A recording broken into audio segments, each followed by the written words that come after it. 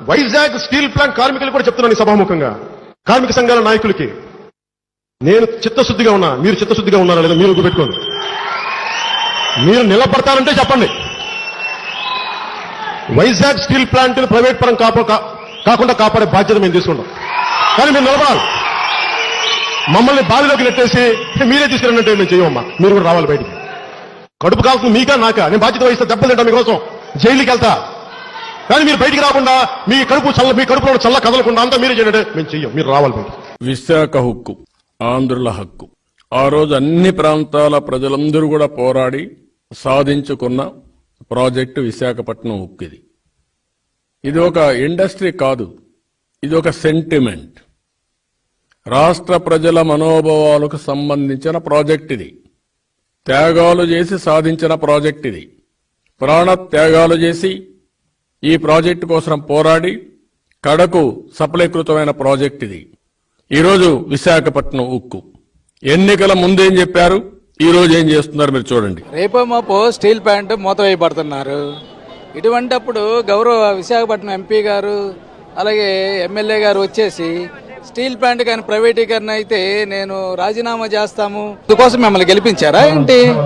మిమ్మల్ని గెలిపించింది దేనికి? స్టీల్ ప్లాంట్ బీజేపీ తెగ నమ్ముతుంది, దాన్ని కానీయకుండా శైలిలో కలపమని విశాఖపట్నం ప్రజలు కానీ రాష్ట్ర ప్రజానీకం అందరూ మీ పార్టీని గెలిపించారు. మీరేమో బీజేపీకి మద్దతు ఇస్తూ ఈరోజు స్టీల్ ప్లాంట్ని కానీ అమ్మేస్తే మేము రాజీనామా చేయిస్తామనేటువంటిది అది నైతికంగా మీరు చెప్పాల్సినటువంటి మాట కాదు. మీరు పబ్లిక్గా చెప్పండి.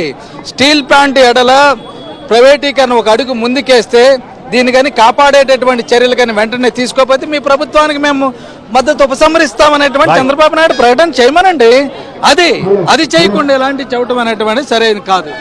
First of all steel plant అనేది ప్రైవేటైజేషన్ అవ్వకూడదండి. మాక్సిమం అవ్వాలంటే first of all raw material అనేది గవర్నమెంట్ ప్రొవైడ్ చేయాలి, సెంట్రల్ గవర్నమెంట్. ఇప్పుడు ఎన్ఎండిసి ఉంది, అక్కడ మనకి 2030 వరకు మనకి లీజ్ అగ్రిమెంట్ ఉంది. ఫస్ట్ ఆఫ్ ఆల్ ఆ జీవోస్ లీజ్ అగ్రిమెంట్ తండి బయటికి. ఎందుకంటే రిజైన్ చేస్తే అవ్వదు. 170 మంది ఎమ్మెల్యేలు 28 పార్లమెంట్ ఎంపీలకు వెళ్ళిపోయి ఢిల్లీలో ధర్నా చేయండి. జనాలు మామూలు మిమ్మల్ని నమ్ముతున్నారు అంటే ట్రాన్స్పరెన్సీ పోతుంది. ఏదో ఒక మాటకి మనం రిజైన్ చేసి మనం పోరాడలేం. చేస్తే అందరం కలిసికట్టుగా ఆల్ పార్టీ మీటింగ్ మనం ఢిల్లీలో చేద్దామని చెప్పండి. మీరు ఢిల్లీలో చేయండి, మీ అసెంబ్లీలోకి పార్లమెంట్ వెళ్ళాం కాబట్టి మేము గాజులో చేసి చూపెడతాం. ఫస్ట్ ఆఫ్ ఆల్ ఏంటంటే 546 మెగావాట్ ప్లాంట్ మనకి స్టీల్ ప్లాంట్లో ఉంది, 346 కోల్ బేస్ ప్లాంట్ ఉంది. ఏదైతే మేజర్ ప్లాంట్ ఉందో, ఏదైతే మేజర్ రా మెటీరియల్ ఉందో, కోల్, ఐరన్ ఓర్, ఆ ప్రస్తుతం తేట్లేదు. మ్యాంగనీస్, డాలమైట్ ఇవన్నీ సెకండరీ రా మెటీరియల్.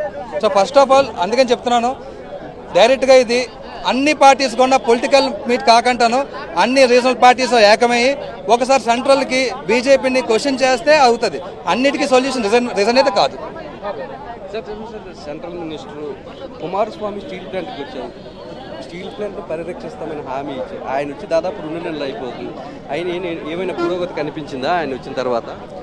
పురోగతి లేదు, తిరోగమన స్థాయిలో ఉంది. ఈ రోజున విశాఖపట్నం స్టీల్ ప్లాంట్ కార్మికులు తీవ్ర భయాందోళన ఉన్నారు.